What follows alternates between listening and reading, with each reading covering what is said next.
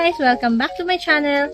Nandito tayo ngayon sa Don Quixote. So kahit gabi na, try natin na check kung ano bang meron sa Don Quixote. Kasi itong Don Quixote, isa sa lugar kung saan maraming mga tourist na namimili. Kasi maraming mga items dito na napakaganda, tapos pwede nating magamit sa bahay. Yan, maghahanap tayo dito. Tsaka mga pampasalubong na rin, maghahanap tayo dito. So, tara, samahan niyo ako. Tingnan natin ano ang meron sa Don Quixote ng Japan. Tara! Oh guys, sa labas pa lang talaga, alam mo na matutuwa ka mamili sa loob. Ang dami na kagad mga tinda dito sa labas. Even mga bike nga. Ang sarap mamili ng bike dito sa Japan kasi ang ganda ng quality ng mga bike nila. Kaya lang kasi hindi natin alam kung paano natin yan mauuwi sa Pilipinas, Via sea cargo siguro to. 1 buwan pa siguro yung shipping yan. Ang daming pwedeng mabili,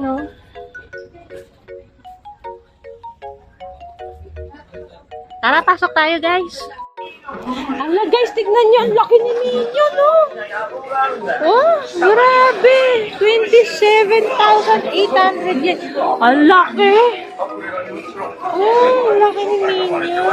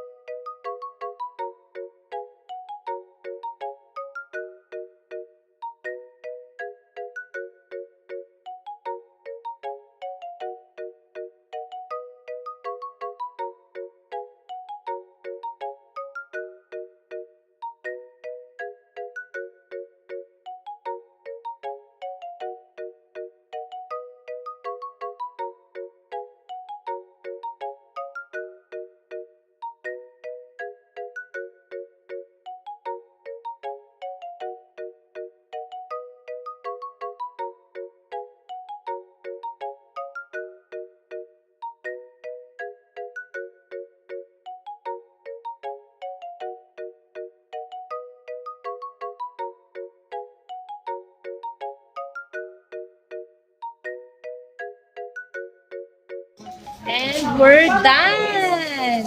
Tapos na tayo mag-shopping dito sa Don Quixote. So, uuwi na tayo ngayon. Marami tayong napamili. Yung napamili ko is umabot na 16,000 yan. Oh my God, ilang days pa lang tayo dito sa Japan. Pero ang dami na natin gastos, guys. Pero okay lang. Kikitain ulit natin yan. Oh, di ba? Uy. Look at ayaw niya magbayad ng bag. Kasi It's dito, expensive. It's 5. kasi This dito one may is bayad kasi siya. And nangalakal muna siya. Ito Oh. Ayan libre lang. Kasi may bayad dito yung plastic. Kaya magdala kayo. Okay. Bye guys. Uwi na muna kami. Hi! Pauwi na kami ngayon. O guys, kung nagustuhan ninyo yung aking vlog for today, i-follow nyo ako, mag-subscribe na kayo. Follow me for more para updated kayo palagi sa mga pinupost ko. See you guys sa next vlog ng Japan. Bye!